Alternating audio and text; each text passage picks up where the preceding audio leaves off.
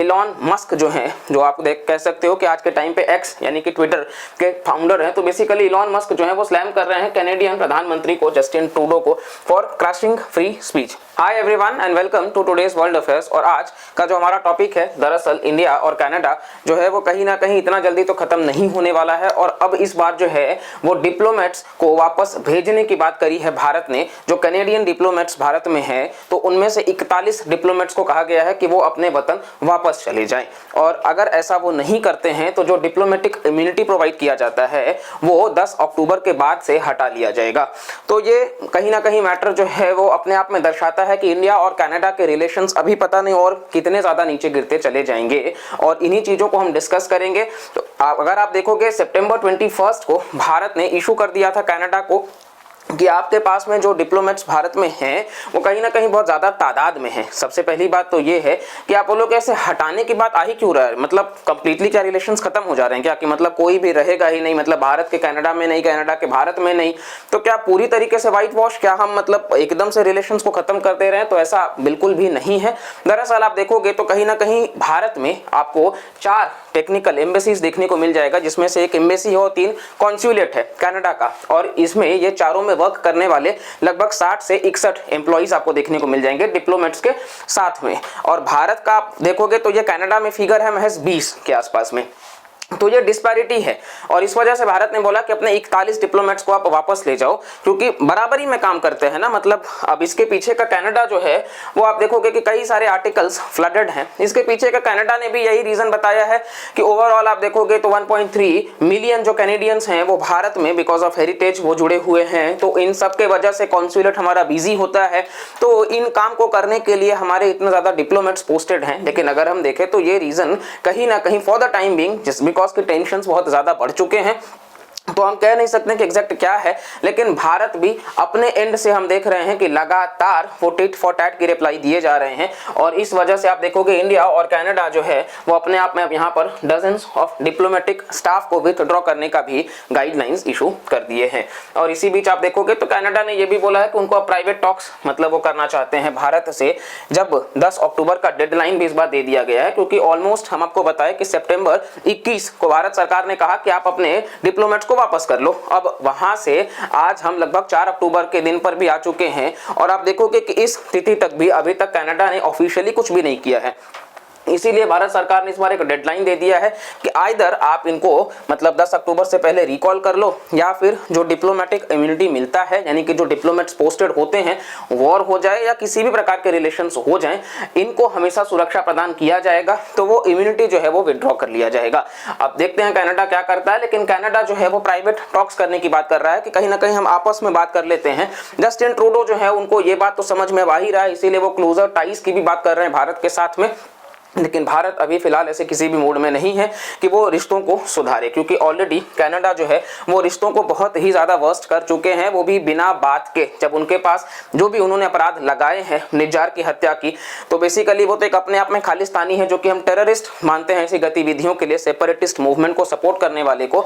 और फिर अगर उसकी हत्या होती है, आप भारत के ऊपर आरोप लगाते हो। यहाँ तक कि ट्रूडो सिर्फ आरोप लगाए पार्लियामेंट में, जो जगदीप सिंह हैं उन्होंने तो कहीं ना कहीं आप देखोगे तो वो ये तक बोल दिया कि भारत ने ही किया है। और इसके सारे मतलब ऑडियो क्लिप्स भी हैं। अगर वाकई कुछ है तो फिर वो प्रेजेंट क्यों नहीं कर रहे हैं, सिर्फ हवाई बातें ही क्यों कर रहे हैं कि भारत इसमें इन्वॉल्व है? इतने सारे उनके एजेंसीज हैं, 5 आईज भी लगे हुए थे, क्या हो पाया है? यहाँ तक कि आप देखोगे तो विश्व भर से भारत को समर्थन ही मिला है, क्योंकि भारत जो है वो आज के टाइम पे आपको देखने को मिलेगा कि इन चीजों में बहुत ही ज्यादा क्रिस्टल क्लियर है। और यहाँ पर वही रीजन बताया गया कि parity in strength rank equivalence, India asks Canada कि वो विड्रॉ कर ले ओवर 3 डजन से ज्यादा जो इनवॉइस हैं। और इसी के साथ साथ में भारत और कनाडा जो है वो डिप्लोमेटिक कन्वर्सेशंस को बेस्ट करने की कोशिश कर रहा है प्राइवेट में, ऐसा कनाडा की तरफ से बयान आया है। और अभी ऑफिशियली भारत ने कुछ भी एक्सेप्ट नहीं किया है, तो कुछ होगा तो जरूर हम आगे देखेंगे। और इस बीच यूएसए जो है उनका ये कहना है कि we are deeply concerned over Justin Trudeau's claim of India's role in death of Nijjar. यानी कि आप देखोगे तो यूएसए जो है वो साफ साफ भारत के पक्ष में इस बात को रह रहा है कि जस्टिन ट्रूडो कह भी कैसे सकते हैं, मतलब अगर आप इंटरनेशनल फोरम में आप एक डेवलप्ड नेशन के लीडर हो, और आप विश्व में आज आप देखोगे तो ग्लोबल साउथ का लीडर भारत है। आप उस मतलब कंट्री के ऊपर सीधा आरोप लगा रहे हो कि एक व्यक्ति के वजह से कि मतलब उसके लिए आप इतना ज्यादा रिश्तों को खराब करने पे आ चुके हो और आप खराब कर चुके हो, क्योंकि कनाडा के साथ में रिलेशंस बिल्कुल भारत के बहुत अच्छे हैं, कल्चरली भी, इकोनॉमिकली भी। लेकिन आज के टाइम पर आप देखोगे तो कहीं ना कहीं सबसे बड़ा टेंशन ये हो चुका है कि अब इन रिश्तों को हम किस तरीके से सुधारेंगे, क्योंकि ट्रूडो जब तक है तब तक तो ये रिश्तों को बहुत ज्यादा वर्स्ट कर चुके हैं। हमने G20 में भी देखा कि समिट में किस प्रकार से वो भारत में जब रुके तो वहां पर भी उन्होंने खालिस्तान मूवमेंट को कहा कि फ्रीडम ऑफ एक्सप्रेशन का नाम दिया, और अभी भी कहीं ना कहीं वो इस चीज को मानने को तैयार नहीं है कि भारत का इसमें कोई भी रोल नहीं है। और इसी बीच आप देखोगे तो इलॉन मस्क जो है, जो आप कह सकते हो कि आज के टाइम पे एक्स यानी कि ट्विटर के फाउंडर हैं, तो बेसिकली इलॉन मस्क जो है वो स्लैम कर रहे हैं कैनेडियन प्रधानमंत्री को, जस्टिन ट्रूडो को, फॉर क्रशिंग फ्री स्पीच, और शेमफुल भी कहा है। तो इन्होंने दरअसल जाहिर सी बात है ट्विटर इसीलिए ये परचेज ही किए थे कि मतलब कहीं ना कहीं उसको फ्रीडम ऑफ एक्सप्रेशन को रियल में मतलब बचाया जा सके, ये कनाडा के प्रधानमंत्री जैसा नहीं है।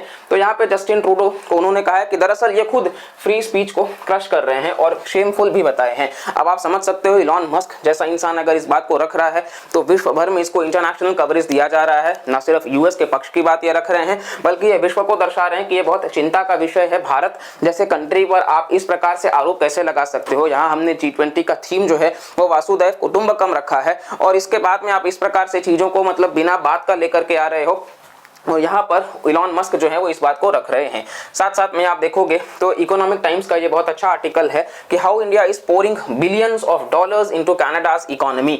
आज के टाइम पे अगर हम देख लेते हैं तो भारत और कनाडा जो है वो रिलेशंस में $10 बिलियन के आसपास का है, जो इक्विवेलेंट है दोनों ही नेशंस के लिए, मतलब हेल्दी डेवलपमेंट की बात हो रही है। इवन फ्री ट्रेड एग्रीमेंट भी हम साइन करने का सोच रहे थे कि मतलब जहाँ पर जो कोई भी प्रोडक्ट अगर कनाडा से भारत में आ रहा है या फिर भारत से कनाडा में जा रहा है तो इन प्रोडक्ट्स के ऊपर कोई टैरिफ नहीं लगाया जाएगा या बहुत मिनिमल टैरिफ लगाया जाएगा। लेकिन अब आप देखोगे तो कनाडा का बहुत बड़ा कंट्रीब्यूशन उसके इकोनॉमी में भारतीय स्टूडेंट्स के वजह से होता है। पर ईयर आप देखोगे तो $8 बिलियन जो कि भारतीय करेंसी में आप देखोगे तो लगभग 70,000 करोड़ रुपीस जो है वो पर ईयर इंडियन स्टूडेंट्स जो भारत से जाते हैं कनाडा में पढ़ने के लिए। तो इतना बड़ा कंट्रीब्यूशन सिर्फ इकोनॉमी में कनाडा का भारतीय स्टूडेंट्स का है, और अगर भारतीय स्टूडेंट्स अब यहाँ से ऑल्टरनेटिव्स देखना चालू कर चुके हैं। सबसे बड़ा आप देखोगे तो बहुत बड़ा चंक कनाडा के यूनिवर्सिटीज में भारतीय स्टूडेंट्स का है। अगर वो निकल जाएंगे तो अपने आप में आपको समझ आ रहा है कि वो भरपाई शायद ही कोई कर पाएगा। माना कि कनाडा का भी इन्वेस्टमेंट है, भारत के कोटक महिंद्रा बैंक से लेकर के मतलब ओवरऑल एफडीआई में भी कनाडा का रोल है, लेकिन अभी के टाइम पे रिलेशंस जिस हिसाब से हो रहे हैं फॉर द टाइम बिंग लगता है कि शायद चीजें थोड़ा बहुत रुकी रहें। लेकिन अगर यही चलता रहा तो बेशक इन चीजों को लेकर के दोनों ही कंट्रीज को थोड़ा बहुत सहना पड़ सकता है। लेकिन भारत यहाँ पर जस्ट बिकॉज कि हमारा इसमें कोई भी गलती किसी भी तरीके से नहीं है, तो इस वजह से भारत अपने स्टैंड के साथ क्लियर है, और हम इस बात को पीछे कभी भी नहीं होंगे कि कहीं ना कहीं भारत इस चीज में अगर आपके पास है तो आप प्रूव करिए, और अगर आपके पास नहीं है तो ये बिना बात का आप चीजों को इकट्ठा कर रहे हैं कि कहीं ना कहीं अगेंस्ट में एक बनाया जाए सिर्फ परसेप्शन, जो कि बिल्कुल भी होने वाला नहीं है। और ये वापस आप देख सकते हो विश्व मैप में कि किस तरीके से यहाँ पे प्यारा भारत और साथ साथ में यहाँ पर आप देखोगे कनाडा जो कि नॉर्थ अमेरिका का पार्ट है, और इवन साइज में आप देखोगे तो काफ़ी बड़ा कंट्री भी है।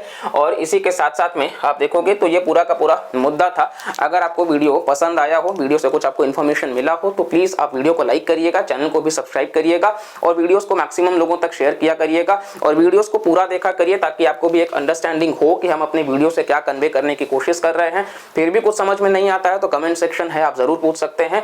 बाकी मिलते हैं अगले वीडियो में, तब तक के लिए bye bye, take care and जय हिंद।